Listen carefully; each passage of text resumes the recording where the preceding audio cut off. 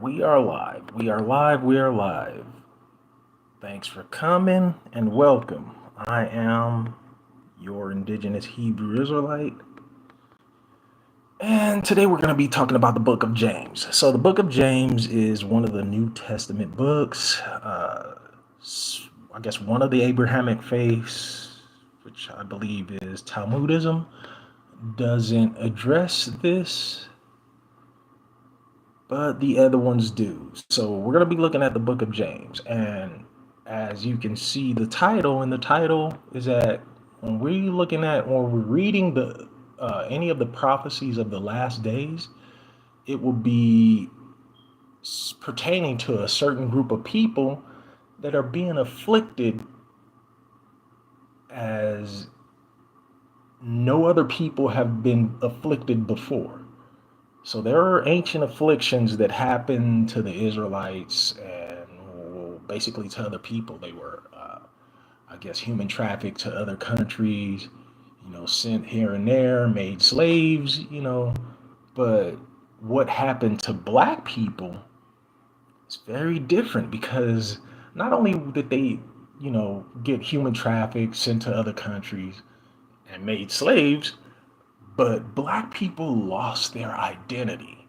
They were turned into furniture. Their skin was turned into furniture. Their body parts were turned into clothing.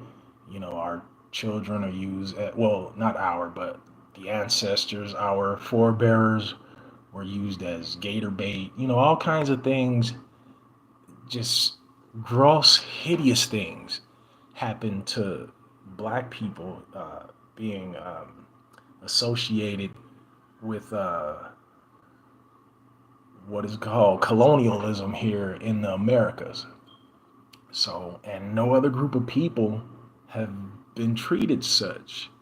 So, when we look at the word the last days as translated in English and the surrounding words that pertain to it in the Bible, you're going to see what happened to black people. For example, we're not addressing Deuteronomy 28, but if you go and you look at the book Deuteronomy 28, the first 15 verses of Deuteronomy 28, chapter 68, or Deuteronomy 28, which is a chapter, but verses 1 through 15 are basically the blessings, and or 1 through 14, and 15 through 68 are the curses. And if you read into those chapters and verses, you're gonna see the slavery that happened to black people. Well, today, right now, I'm gonna show you guys the book of James, how it pertains to black people today. I'm gonna show you guys that now, and we don't even have to go through the third verse, and you guys are gonna automatically see it. But here we go right now. So it goes on to say, "Go unto ye rich men, weep and howl for your miseries that shall come upon you." The rich people. That's point one. Your riches are corrupt. Whose riches are corrupt today? Because we're talking about the last days right here, right? The last days, your riches are corrupt. Your garments are moth-eaten. Your gold and your silver is cankered, and the rust of them shall be a witness against you, and shall eat your flesh as it were fire. Ye have heaped treasures together for the last days. Now, if the last days isn't today, then the last days are tomorrow. But we're talking about these rich people, right? And who are the richest people on the planet today? If the last days aren't today, the last days are tomorrow. And who are the richest people on the planet? Ask yourself that. Think about that really hard, or think about it easy, but you know who they are.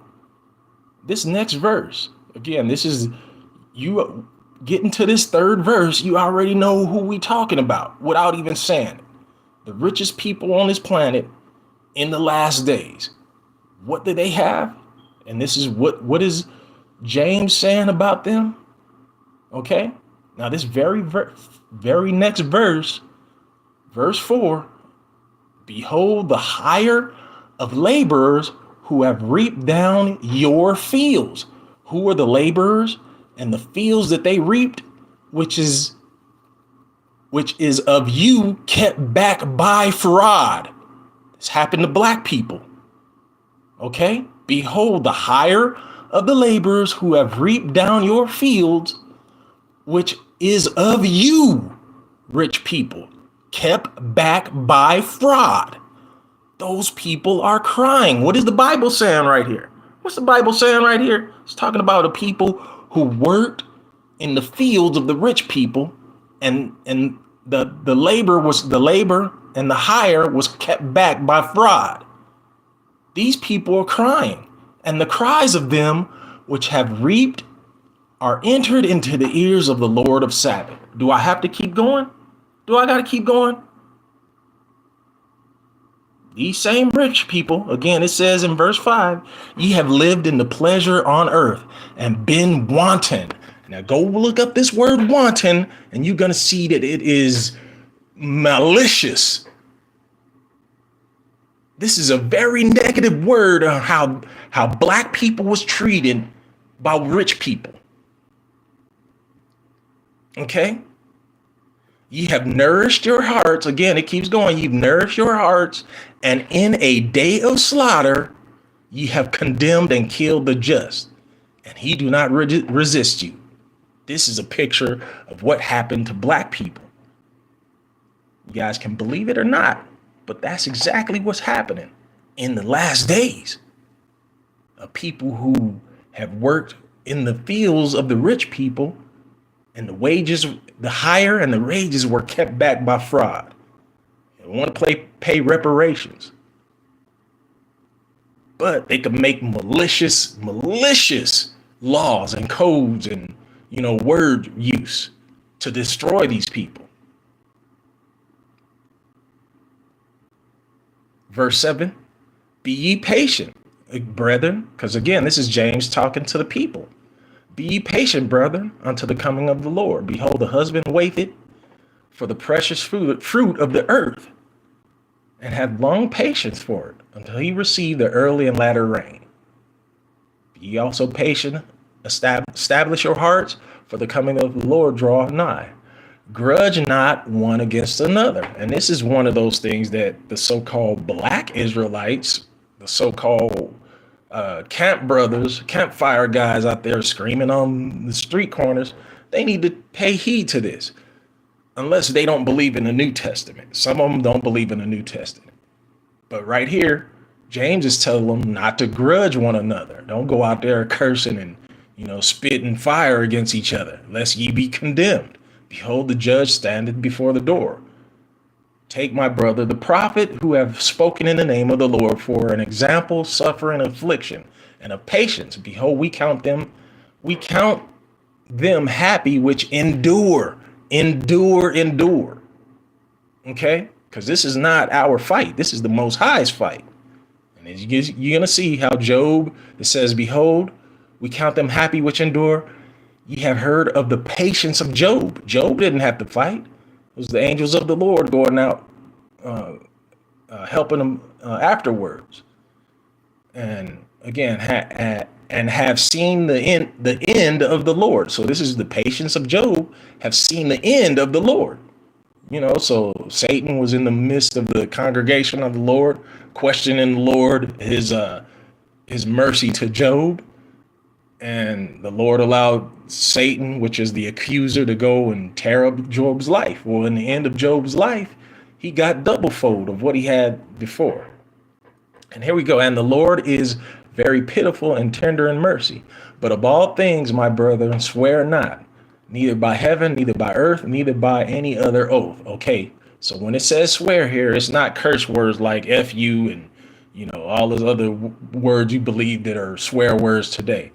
Swearing is an oath, like how the president of the United States didn't put his hand on the book in his last swearing in. Well, when you put your hand on the Bible and you swear, that's what the Bible is talking about. Don't do anything like that. If you're a military member and you raise your hand up and swear an oath to protect from foreign and domestic, that's what the Bible is talking about right here. That's what James is talking about. Don't swear it, because again, these swearing ins, you're swearing to the gods You're swearing to different gods, basically. You're swearing to a different God. He says don't do that because, believe it or not, the Bible is a law for Hebrew Israelites. The Bible is a law, but somebody got it in your head and believed and told you that the Bible is simply a religion when it's not. It's a history of the Hebrew Israelites. Okay, so swear not, neither by heaven, neither by earth, neither by any other oath means do not swear to any other gods. It's not curse words. But let your yeah be yeah and your nay be nay, lest ye fall into condemnation, because condemnation is you practicing the ideas of another God. There's more than one God, folks, and Christianity or any of the other Abrahamic faiths, they're not going to tell you that. Okay, moving along. Verse 13. Is any among you afflicted? Let him pray. Is any merry? Let him sing a psalm. Let him sing the psalms. Psalms, if you guys don't know, those are songs, because that's what it's saying here. That's what King David and King Solomon, they were instrumental and they were singers. Is any sick among you? Let him call for the elders of the church and let them pray over him, anointing him with the oil. Okay, so the prayer is going to God. The anointing oil is the medicine at those times. Okay, in the name of the Lord. And the prayer of faith shall save the sick, and the Lord shall raise him up. If he have committed sins, they shall be forgiven him. Committing of sins is the breaking of the law. They broken laws, and there was a covenant of the ancient Hebrews to don't break the laws. If you break the law, that means you have sinned. Okay. So that's just the meaning for that right there. Confess your faults to one to another and pray for one another. Not just confessing your faults to some preacher or some Catholic priest or anything, but confess your faults one to another. That's what this book is saying. Pray for one another that you may be healed. Again, this is a covenant of Hebrew Israelites. The Abrahamic faith will not tell you this. The effectual fervent prayer of a righteous man availeth much. Here's another example. Elias in verse 17. Elias, which is Elijah, was a man subject to like passions as we are. This is John speaking. And he prayed earnestly that it might not rain, that it rain not on the earth by the space of 3 years and 6 months. This is what happened in Elijah's time. He prayed and it stopped raining. Now, if you are a Christian, you're supposed to have this power. You're supposed to have the power of what Elijah has, because even Jesus, the Messiah, Jesus, I'm saying is Jesus, that's not his name, that's a translation. But the Messiah, he said that when he leave, you will have the same power that he had, and even better. So you guys are supposed to have power. But I don't see too many Christians or too many of those people of the Abrahamic faiths having such power like this. If you guys have been following me on Facebook, you know I've spoken many times, and the things that I've said have come to pass. One more time, the things that I have been saying on Facebook, I've written this stuff down, and they are there. Those things have come to pass. The things that I have said have come to pass. You can Google or look onto my Facebook page and look up Jericho's prophecies. Okay, you guys can see that for yourselves. Indigenous Hebrew Israelite Awakening, Jericho's prophecies. You can Google that stuff. It'll pop right on up and see that I've made several different prophecies or prophetic words that came to pass. One of the main ones was the death of Queen Elizabeth II. Made a prophecy, told you guys what was going to happen before it happened, and it happened. And again, Elijah, he prayed that it might not rain, and it happened 3 years and 6 months. And he prayed again, and the heaven gave rain, and the earth brought forth her fruit. And that prophecy that I made, it wasn't against, the queen.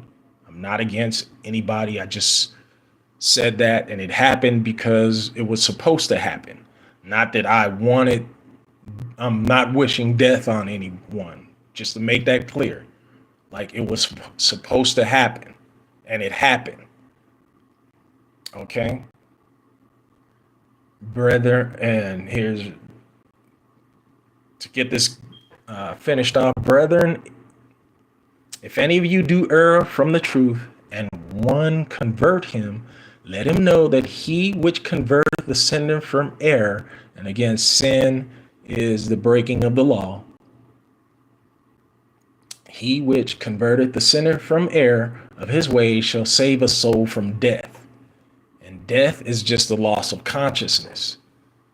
You know, you're going to always be conscious, even when you die and this body is going back to the dust, the dirt, you still have consciousness. Okay? But again, just to go back to the beginning, we're dealing with the last days, and you can look through all the Bible. I'll attach even some of the Old Testament verses in here. Some of the Old Testament verses in here. And every time you look up what it says about the last days, you can really read into them, and you're going to see that all the verses pertaining to the last days, you're going to see that it mirrors what's been happening to black people throughout, the history of slavery and stuff like that. Now, some of these Abrahamic faiths, they'll tell you, oh, well, that happened thousands of years ago. It can't be the black people. Okay, well, you guys have to give us an example of who has been frauded and cheated and didn't get paid for their labors in such manners like this, and not just in one country. Because right here, verse 5, ye have lived in pleasure on the earth. Not just in a city, not just in one country, but on the earth, around the earth. Okay, these is specific. Every word of what James is telling us is specific. Every word of what Isaiah is telling us, what Peter is telling us, okay, what the Psalms is telling us. When you go to all these different verses pertaining to the last days, every word is specific. It's not just one secluded area. Because again, the Hebrew Israelites were scattered to the four corners of the earth. So what's happening to those specific people in the four corners of the earth, it happened to no one else on the planet, but specifically to those people. Okay? And to those of you who are still waiting for me to show you guys how the United States Constitution is racist, I haven't forgot about you guys. I just wanted to put this message out first, but I haven't forgot about you guys. I'm going to show you guys how the U.S. Constitution is racist from my perspective. Okay? A lot of people say it's not racist. It's free for everyone. But I'm going to show you where it's written in the Constitution how racist it is. And I'm showing you guys this before I show you guys that. So when you guys see that, you're going to see that this assists what I'll be saying about the Constitution. Okay? That'll end this rant for today. I am your Hebrew Israelite, conscientious objector, and a man of peace. Hebrew Israelite out.